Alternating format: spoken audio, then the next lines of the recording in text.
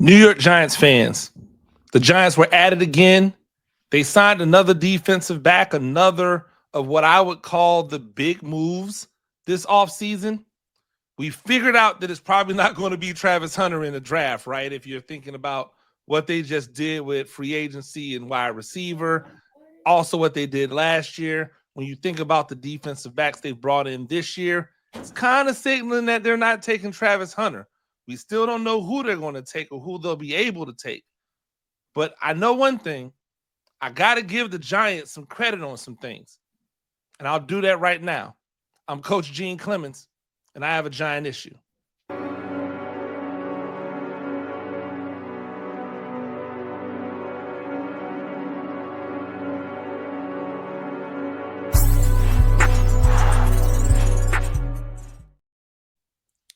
Ladies and gentlemen, welcome to another episode of A Giant Issue. I'm Coach Gene Clemons, New York Giants on SI. That's where you get all of your New York Giants news and information. Make sure that you go over there. My Good, Great, and Ugly is already out over there. You'll probably see one of those drop every day, maybe even a couple. They're a little labor intensive, so it takes a little bit, right? We've got things to do, but when I start jumping into the film, it's going to take a little bit. So bear with me. But I want to be able to go back and talk about not only what we've seen in day 2 of free agency from the Giants, but I wanted to get some people in and talk about some of the signings. And one of the things that I noticed, right, on the show yesterday when I was talking, I had talked a lot about, hey, this is a risky free agent signing for the Giants because we don't really know health. We don't really know how Ah-Dey-Bo is recovering. We don't know if he's going to be a lemon. And my guy, I met him down in Indianapolis at the combine.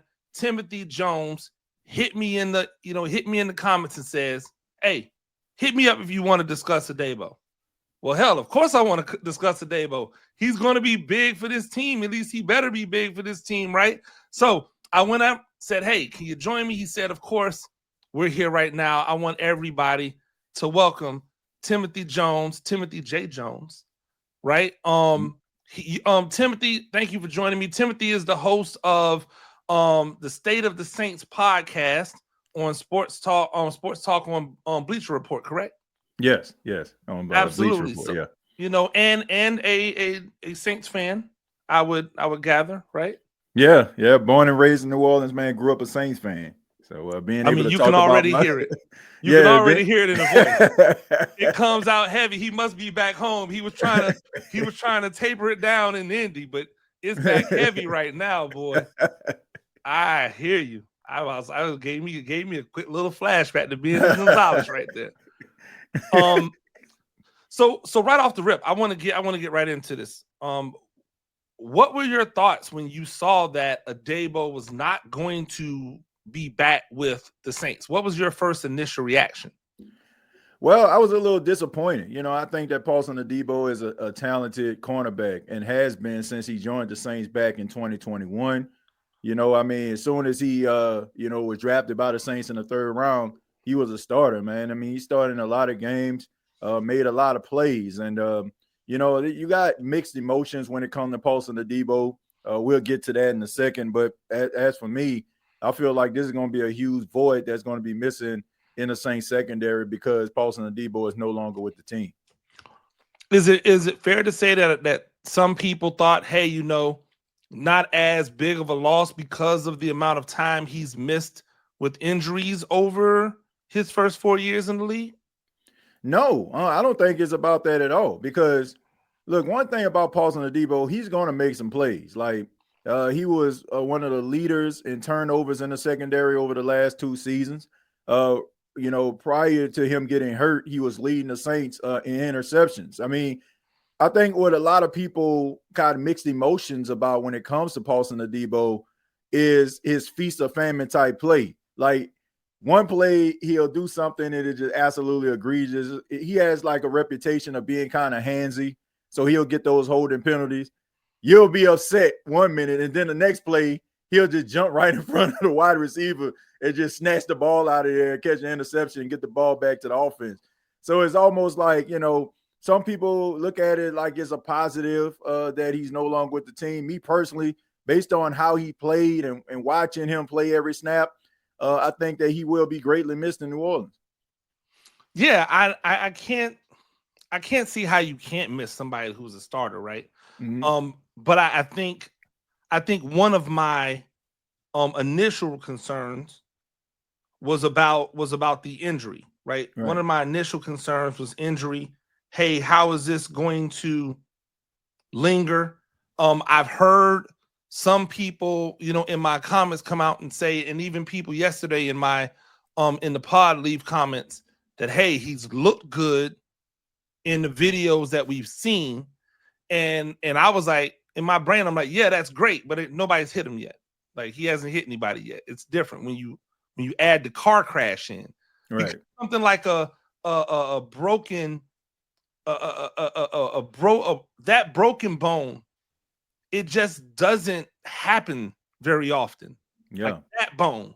Yeah. The femur. Yeah. Yeah, like that's what I keep getting back to. Like to break a femur, it takes so much force, like so much, like it almost has to be perfect, if Right. that makes any sense. And Mm-hmm. so just watching how somebody comes back from that, yeah, non-contact, it might be great. I just don't know what it looks like. And then I don't know what it looks like when other people are in front of him running. Yeah. So what were your thoughts? What are you thinking as far as how that should play out? I think he'll be fine. I think the injury occurred like really early in the season. So he's had like several weeks to go through surgery and go through the rehabilitation process. And everybody that I talk to, that's involved with the team talks about like his work ethic and the things that he's done to try to get himself back. I don't think that he's not that type of person that just puts something out there, if he doesn't feel like he's ready to go. Like he kind of marches to the beat of his own drum, kind of like a quiet guy, kind of keeps to himself, doesn't really like publicize himself as much. So for him to put that out there, Gene, I gotta say, man, I think that he's going to be back sooner rather than later. I mean, I'm pretty sure like he's still not where he wants to be, but dealing with an injury like that and him being able to hit a backflip and be able to run and cut and do some of the things that he does that a cornerback is going to have to do to be successful is a testament to his hard work. And also it's a testament to modern medicine, man. If we was having this conversation about 10, 15 years ago, it'd probably be a completely different conversation. We may be talking about Paulson Adebo career being cut short. But now the power of technology and the way that the doctors approach these surgeries and these injuries, these guys can get back sooner rather than later. So I think that the New York Giants have a really good cornerback on their hands. I mean, he was highly touted for a reason, and being that in that first wave of free agents being taken, I mean, I think that says a lot about Paulson Adebo and who he is as a player. So with all of that, what do you think a guy like Ah-Dee-Bo, because I want to get his name right. I keep saying Ah-Dey-Bo. Ah-Dee-Bo. Debo sounds harder anyway. Like it sounds more like when you say Ah-Dee-Bo, like, Right. but he went to Stanford, so I don't really know if it's Debo like that. Like, I ain't really, no, I'm just kidding. But he did go to Stanford, and so that would explain why he kind of, marches to his own, the beat of his own drummer. What do you think a guy like that brings to a team like New York? I think that he brings consistency to the position. I think that he brings like a knowledge that I don't feel like a lot of young players really have. Man, he's always been like a bright football player, man. The way that he's able to grasp defenses and be able to play fast. Like I never like really see him out of position that way. Like I said, most of his problems comes with, he's kind of aggressive. Like he's a physical cornerback. Like, he's going to run alongside the wide receivers. Nobody's going to bully him. Nobody's going to punk him. But a lot of times he gets himself in trouble by being a little bit of being a little handsy. But what they have is someone that's going to be able to generate some turnovers. Like you throw the ball his way, there's a chance it's going to be intercepted. I think it has a lot to do with his, his past. He played wide receiver for a few years in college. He kind of had the same similar path as Richard Sherman. Richard Sherman for the first couple of years at Stanford played wide receiver, and then he transitioned to cornerback, and that's what Paulson Adebo did. So I just think that he brings, a talent level at the cornerback position. He brings knowledge to the table. He brings range to the table. He has a long wingspan. He's about 6'1" or 6'2", and he brings a level of physicality. I think that New York Giant fans are going to embrace him, and I think that he's going to be a really talented player in that secondary. Now, you already kind of alluded to the things that you don't like about him. He's a little handsy. Mm-hmm. Probably gets an inopportune pass interference from time to time. Right. I've actually had the pleasure of watching a lot of him right. Over the last few years because if you held me down, and Giants fans hate when I say it, but I'm more of a Buccaneers guy. So I've from my past, so I've seen a lot of him play. Right. There is something that I'm concerned about with his play, even fully healthy. Right. He seems his feet when he's in the scrum, like when it always seems as if he's one half step away from falling down. He's able to keep his balance a lot of times, right? But it always seems like he or the wide receiver or somebody ends up on the ground. Do you think that's just because of his physical nature and him trying to create that contact? Or do you think it's something that just can be cleaned up with a little bit better footwork in his transitions? That's hard to say. Yeah, I would have thought you would have said he get those holding penalties at inopportune times. Like if you watch the game versus Tampa, this was during the time I believe Tom Brady was a quarterback, and the Saints needed that win in order for them to be in playoff contention. He ends up getting a holding penalty, which puts the Tampa Bay Buccaneers right at the goal line to score within seconds left. There was a game against the Atlanta Falcons. I think Cordell Patterson got past him for a 61-yard gain. Like I said, there are times where his holding penalties and some of those calls come at some of the worst times. But like I say, he always seems to make up for it with a play that makes you forget about what he did on the previous play. But as far as technique, I don't really see him falling down as much. And I honestly don't really see him out of place as much. I just think that's just the way that he plays. Maybe his footwork does need to improve just a tad bit, but he's going to be that guy that's always going to be where you need him to be. And he's going to make a play, man. He's going to make a play that's going to be beneficial to the team. So I think that's what the Giants looked at. They probably seen some of the, the holding and some of the things, the aggressive nature.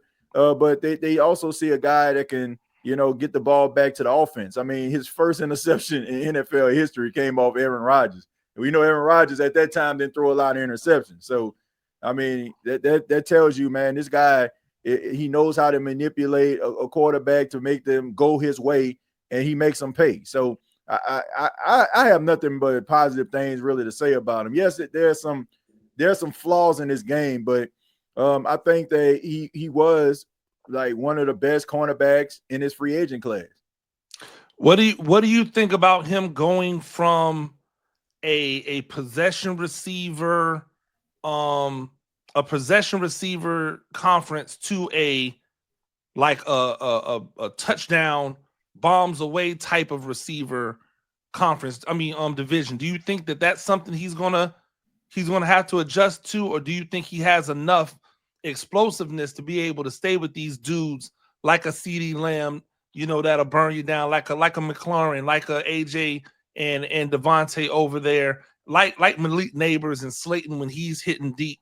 Does he have enough explosiveness, athleticism to stay with those guys when he does have to play man to man? Yeah, absolutely.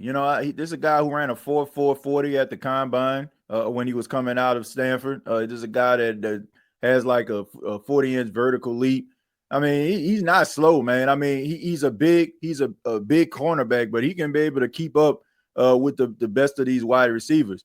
And I mean, when you look at the NFC South, they're known for more of their big physical receivers.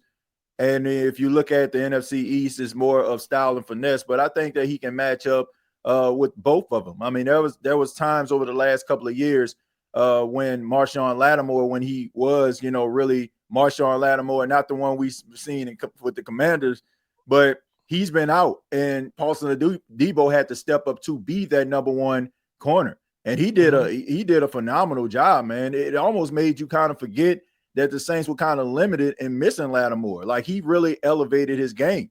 And I think that is the tape that a lot of these teams were looking at when they realized that Paulson Adebo was going to be a free agent. I mean, there were reports like months ago that talked about how highly touted he was going to be. So, look, I think that he is a guy that can play in any conference. He has a physicality that I feel like that all cornerbacks need. He's not afraid to make a hit. He's not afraid to come up and make that tackle in the open field. Like, he's very sure of himself. He's very confident in his abilities. And, minus the little small stuff that he has to clean up, I think that he's a pretty solid cornerback. So I'll tell you the positives that I like from him, and you can tell me if you agree. Mm-hmm. Can't get beyond the ball skills. That's the great. Right. Great is the ball skills. Anybody who comes from a receiver background, there's a reason why he gets his hands on so many passes. Right. Whether he intercepts them or deflects them, somebody else comes up. That to me is right up there. The second thing that I don't think gets enough play, physicality in the run game, like his ability to tackle. Right. There's a lot of cornerbacks out here making business decisions, right? And he's coming up and he's trying to get you on the ground. I think that's a very underrated aspect of his game. The last thing, and I think this part people don't talk about as much, although they know it. It's not just his ability to play man; it's his ability to press. And I think when you're talking about some of these more finesse receivers that he might see in the NFC East, or when he has to go up against AJ Brown, he's going to give AJ Brown everything he wants. Like, he's going to be able to sit down on him and make him work hard to get off the line. I think that's something that if you're a Giants fan, you have to be really excited about, especially if everything checks out with the health. So to me, those are the three things that if he's healthy, like, this is a win for the Giants, in my opinion. So from that standpoint, right, we also got the news today that Jevon Holland, the safety from Miami, right, now has been signed with now is signing with the Giants. And I started to come on here, Tim. I'm gonna be honest with you, man, TJ. I started to come on here and I was about to bring the Ginzu out. I was about to cut the Giants down. Oh, I can't believe. But I'm going to take a different approach, right? Because instead of me going, I can't believe you're signing Jevon Holland a year after letting Xavier McKinney walk out the door for free, when you could have paid what you signed Jevon Holland for, APY, is only $2 million, maybe $1.5 million less than what Xavier McKinney got. And I'm not even going to call him a name. There was a guy who is in the Giants, sphere, who said that Xavier McKinney did not play well his last year with New York. He said something to the respect, and I'm going to call him now. Hey, Spartan Mike, you tripping, my guy. Spartan Mike says that you got to remember that the Xavier McKinney that was in Green Bay wasn't the Xavier McKinney that was with the Giants. And I was like, I don't know what game you watching, but he was doing all that stuff he did in Green Bay. He was doing in New York. The difference is y'all weren't getting on him because he's a little bit different and he had a little fun, right? Right. So I started to come on here and blast it. And I said, you know what? I'm not going to do that. I'm going to give a round of applause to the Giants for realizing they screwed up. Right? Because it's real easy to go, man, we screwed up. We can't let anybody know we screwed up. let's keep rolling these safeties out that we brought in. Right. Either our rookie, Tyler Nubin, who's not a third level safety. He's a tall, skinny linebacker. Right. Masquerading as a safety. If we're being honest about it, he's not a third level guy. And then these other guys that we have at safety who played well for us, but they played well for us with Xavier McKinney around. Right. And now they have to do it by themselves, and they're just not as good. They could have ran that back, but they said, nope, let's bring in a guy who may not be to the level of Xavier McKinney right now, but as far as him in coverage, he's a darn good safety. Like when you're talking about a coverage safety, he's a darn good safety. And I think it's really interesting because Jevon Holland has never been known as a hitter. Right. He's never been known as a tackler, right? So now you bring in a really physical corner to pair with a safety that's really more known for just being a coverage safety. Right. I think, and now that allows Nubin to do what he does best, which is range around the second level. Right. And you're not getting that switching that you would normally get with both safeties, right? The way that that Julian Love and Xavier McKinney were playing when they were together is Love would sometimes be down, McKinney would sometimes be down. It didn't matter because both of them were good tacklers. Right. Now, I think you'll have more of the situation where Holland stays back as your one high guy. Nubin will come down as your box guy when you need a safety to come down. You won't see it rock and roll like that. You'll probably just see a guy like Nubin travel. So what do you think about pairing a more of a coverage specialist in a safety with Jevon Holland, with what they have with Debo now, and kind of remaking an entire side of their defensive secondary? I think that you hit the nail on the head when you talked about the exit of Xavier McKinney. You know, I think that the Giants, I got to keep it 100, Gene. I mean, they're a laughing stock right now. I mean, when you think about the guys that they're allowed to leave out of the door and how it made them look. I mean, look at Saquon Barkley. Look at Xavier McKinney, the way that he played for the Packers. I mean, so this is a team that's actually learning from their mistakes. And then you also combine the fact that they understand, like the general manager, Brian Daboll, the head coach. I mean, they understand what's at stake here, man. They understand that this could possibly be their last go round. So they got to make sure that they're doing what is right by this team. Like Jevon Holland, who I have a lot of respect for. I think a lot of people don't understand. Like, this guy's young. He's only 25 years old, man. Coming out of Oregon, he was already kind of a project type guy, if you ask me. I thought like him being in Miami, that would probably help, being alongside some of those talented defensive players that they had. But I mean, I still think he has some growing to do. But you did mention like his coverage skills. I mean, he's talented. There's a reason why they kind of had him in the nickel as well as playing safety as well, because his ability to be able to cover. You look at the NFC East, you look at the talent level of some of these tight ends and some of these running backs, that he might have to guard one day. I think that this is a good spot for him. I think that they have a good combination. They got a nice coverage guy in Holland. You got Paulson Adebo on the other side that can match that physicality. So my biggest concern with him is in the run game. Like when you have to come down, like, are you going to be able to make that tackle, that open field tackle? Are you going to be able to make that tackle, or like you alluded to earlier, will you be making business decisions? Other than that, I think that he's a promising young guy. I think a new change of scenery is going to really help him to be able to elevate his game.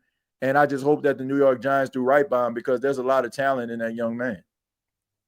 Yeah, I think they're putting him in a position to be successful, right? And I know a lot of people. You're not the first person to say that the Giants are a laughing stock. I actually think that there are a few teams who have comported themselves in a way that would make some others chuckle. No offense, but your Saints being one of them. I mean, yeah, it's the truth. Like, look, I'm not. It's a I'm few not of them down here in the. We laugh. Yeah, it's a few of them down here in the gutter, right? We laugh. but I think that what you have to respect about everybody, right, is when they clearly do something to show that they've learned from the mistake. right? Like if the Saints did not like hire a more offensive minded coach, I would have been looking at them like, what are y'all doing?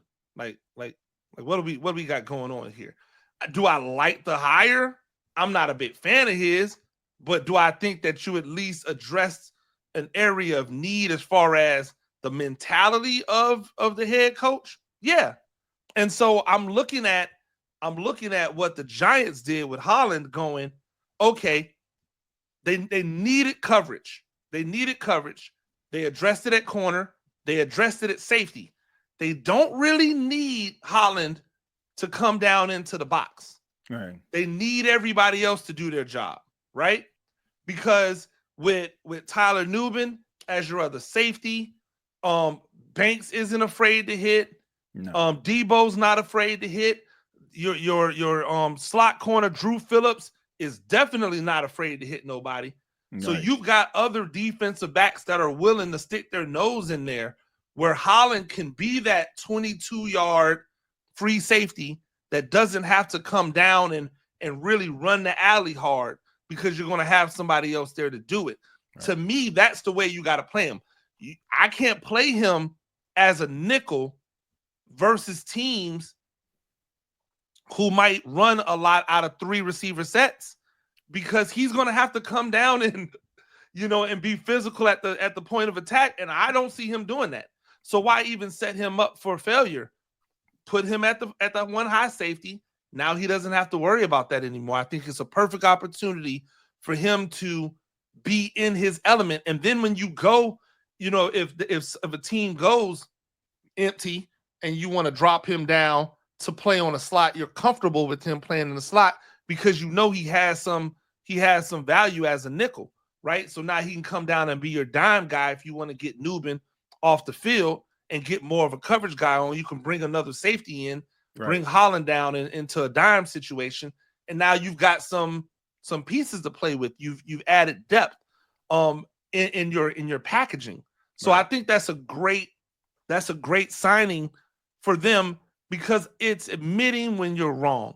And so many times these teams, these coaches, these front office personnel people, they don't want to admit that they got it wrong.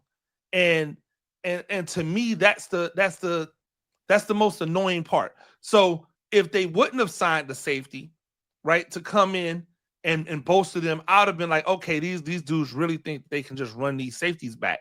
Don't matter who your cornerback is if they got no help over the top ever, right? Like you're not going to just put your corners on an island the entire game. Not in the NFL. Somebody's going to torch you. Like right. Everybody's getting burned.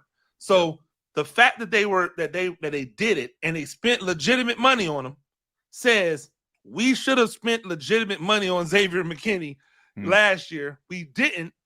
We miss her, right? That's the girlfriend that got away, right? Hey, she got away.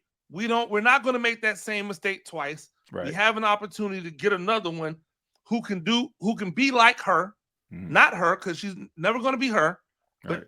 She can be like her, bring some positivity to my life, and I'm going to accept that and not try to make her like I don't care about her and she's a side chick and I can find another in a heartbeat, right? Yeah. That's the arrogance that gets in the way of building real legitimate teams. A lot of the signings, I've been surprised because I expected to see a quarterback taken for the Giants by now, and we're 2 days in and no quarterback. And what I had said this on X earlier, it feels like these quarterbacks are using the Giants to run the price up, right? They're using the Giants to run the price up. And the only way that the Giants are going to get one of these guys that are the guys that everybody thinks that they should get, I still think they should just go and get Jameis and call it a day. Go get Jameis, draft a quarterback, whether that's the first round, the second round, whenever. Have that Jameis Winston experience where you really legitimately give him a season, not we'll just put you out there for a few and then put you away. Like, right. Give him a legitimate season to rock. I know 2 things are going to happen if Jameis Winston is your quarterback. He's going to throw for damn near 5,000 yards. and he's going to throw for well over 30 touchdowns. Now, how many turnovers? That's always the question. But I'll say this. When he was going to get that opportunity with New Orleans before he got injured, and then even when he came back from the back thing that he had, right? Right. He was taking care of the football, but the only thing people were talking about would be the turnover, right? Like he would have a turnover. That's all they would talk about. They wouldn't talk about, hey, he didn't. And I think he kind of neutered himself. Like he kind of took away that gunslinger mentality, trying to be safe. And I don't think he needs. I just think you need to be you, my guy. And if that means 35, 40 touchdowns and 22 interceptions, then guess what? That means 35, 40 touchdowns and 22 interceptions, because nobody minded when Eli Manning was throwing 20 plus interceptions. They were lining up for that. And I could just imagine what kind of season the entire wide receiver core would have with a Jameis Winston out there slinging that bit. They're going to eat. One thing we know about Jameis, he don't care what your name is. He's going to throw you the ball. Right. If you're out there and you're in an advantageous position, or if he thinks he can get the ball to you, he's not just going to force feed the ball to Malik Neighbors when Darius Slayton is wide open. If he sees Darius Slayton wide open, it's bombs away to Darius Slayton. He's going to get the ball to Malik Neighbors, but it's bombs away to Darius Slayton if he's wide open. Right. Why do you think a guy like, because obviously Winston spent a good amount of time in New Orleans, still a New Orleans favorite. It's weird. He's a favorite anywhere that a lot of black people are. Yep. Which is why Tampa Bay hated him. I don't know. Like the Tampa Bay fan base, they just don't rock with the brother the same way. I don't know why, but they don't rock with him the same way. He went to New Orleans. He was beloved. It's like, because you realize, you know what, Jameis, he's a real dude. Yeah. Right? He's a real dude. Is he perfect? No.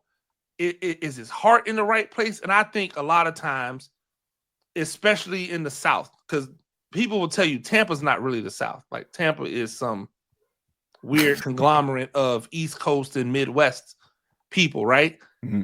But in the South, I feel like Southerners have a good sense of seeing the heart in somebody. And I think in New Orleans, he had a bunch of people who could see his heart.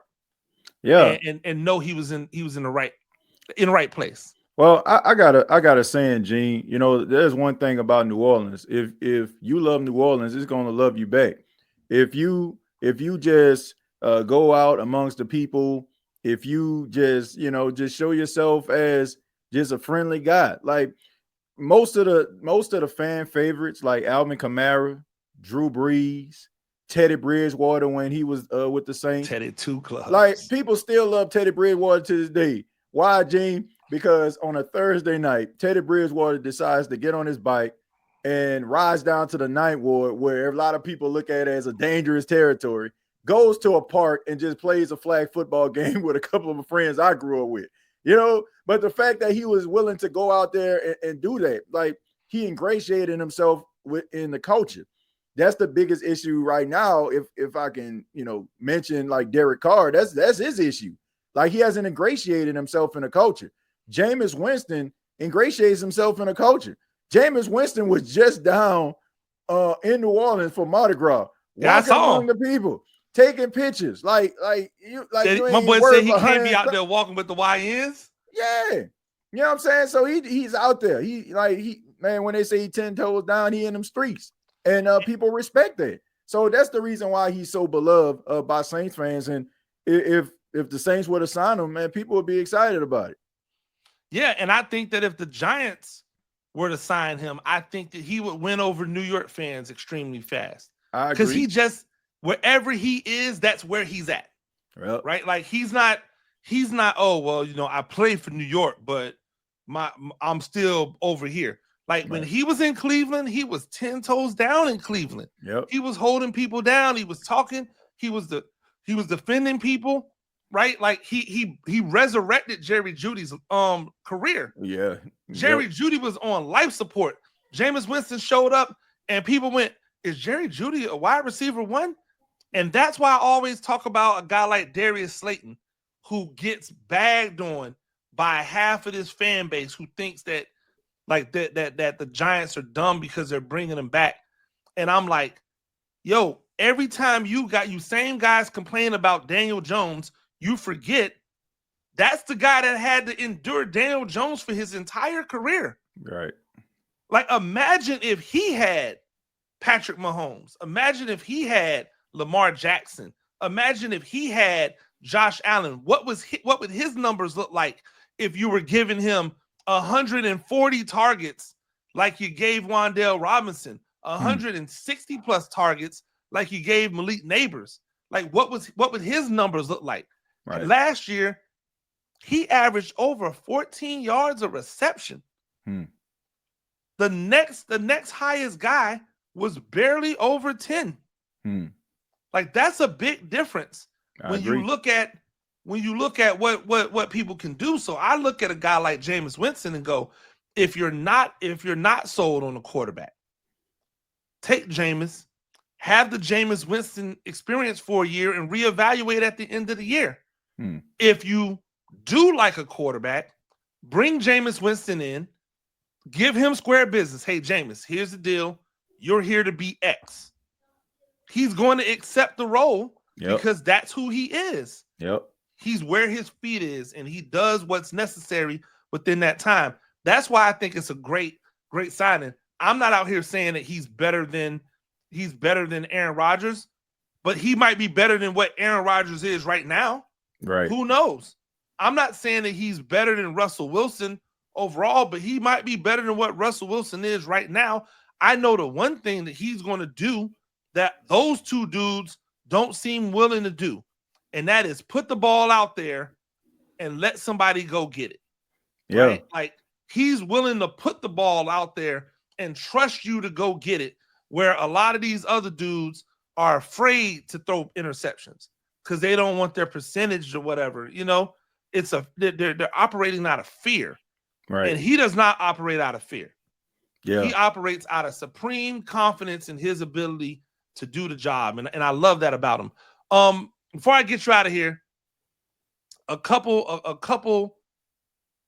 little minor Giants. I'm looking for my list right now.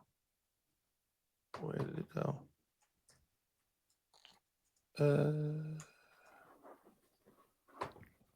A couple minor Giants moves. Chauncey Golston comes over. He's a D end ish, guy, but he's a guy who is really in this defense going to probably play inside, as a 4 technique, right? Because you've got these two edge rushers out there that are really outside linebackers, but also should never have to drop in coverage because they're more pass rushers than anything else. So you're not going to take them off the field for a Chauncey Golston. Right. But they added him.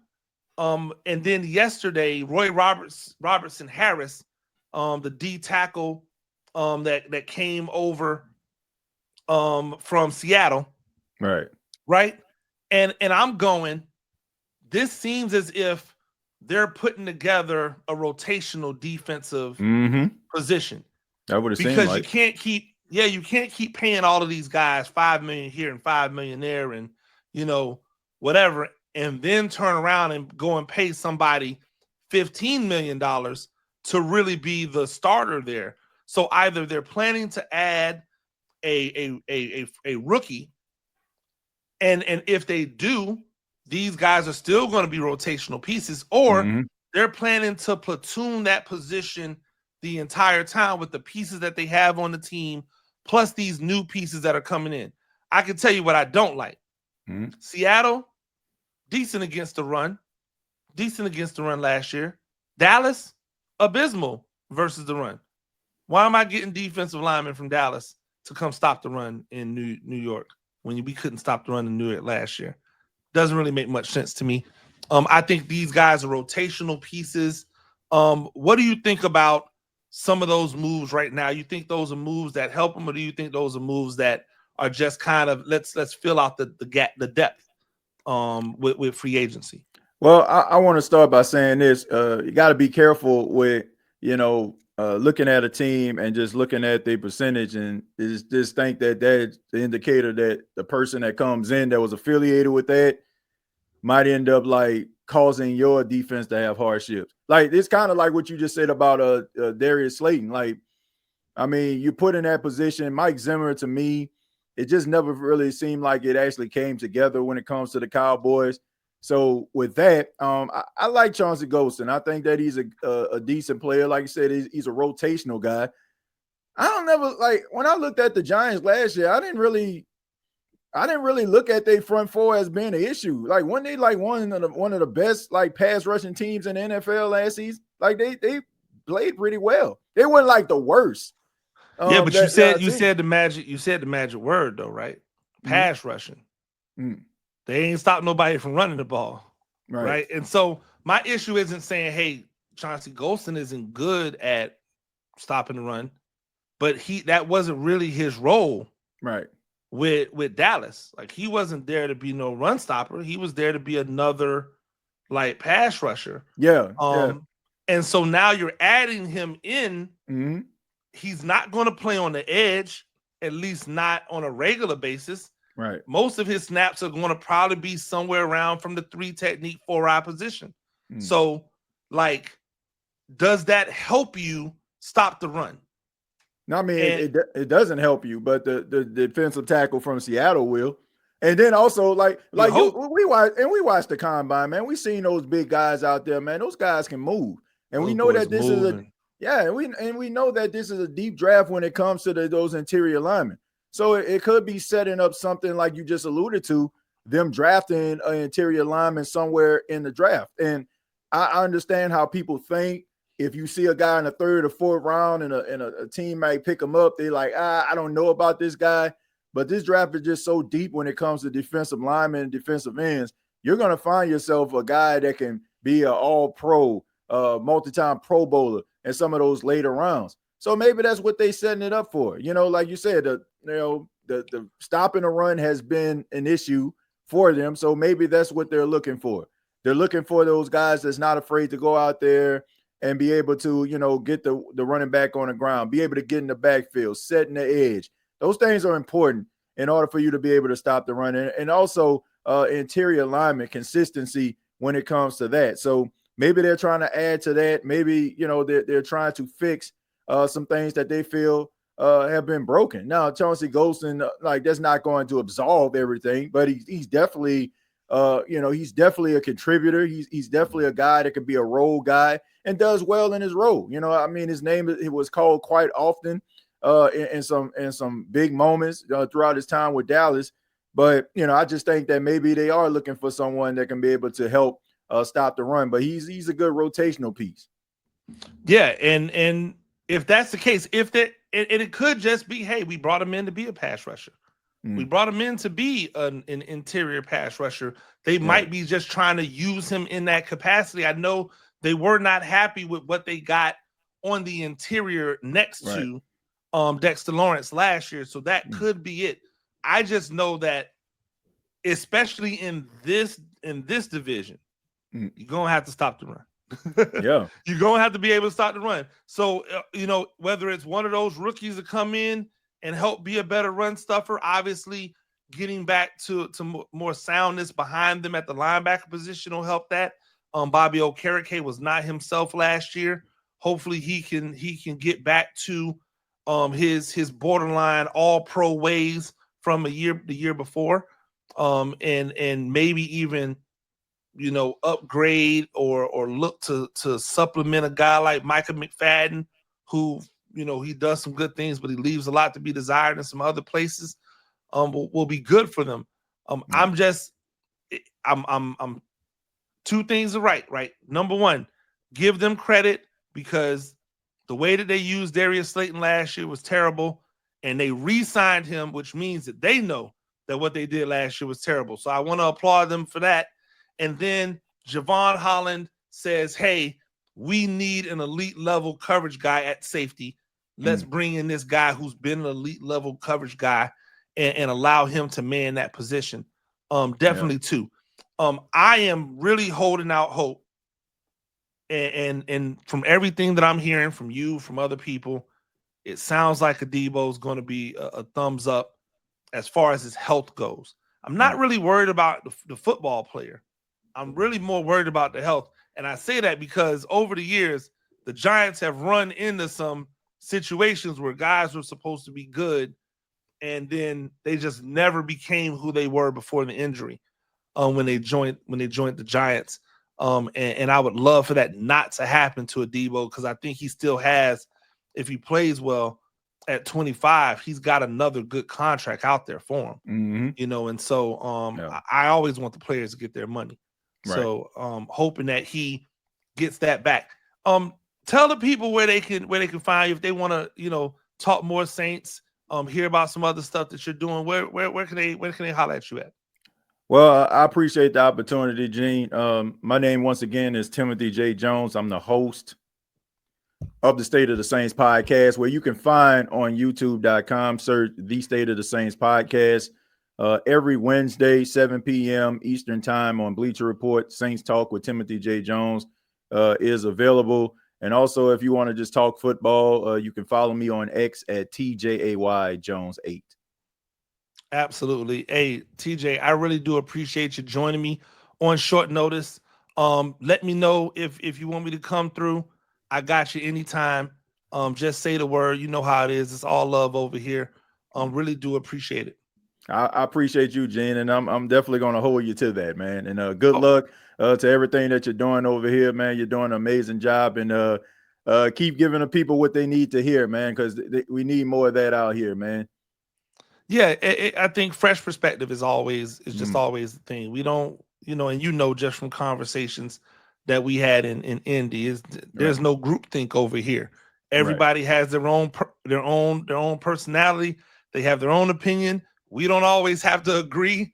We can still be fly, right? So, cheers to you and everything that y'all are doing down there, man. I'm really excited to see what the regime is going to look like now that you have the worst head coach in the history of head coaches, not your head coach anymore. Thank you. I'm really looking forward to it.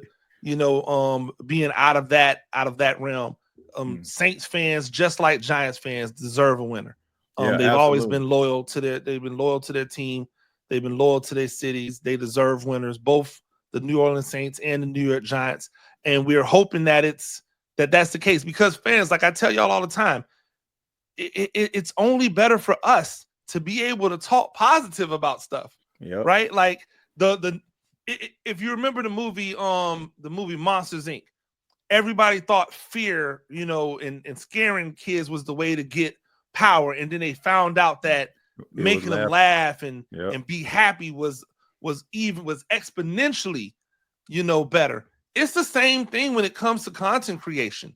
A lot of people will tell you, oh, you want to get fear mongering, you want to have them people talking bad. But the truth is when things are rolling and things are high, you people want to come and talk. And I want you to talk. So make sure you go over to the New York Giants on SI.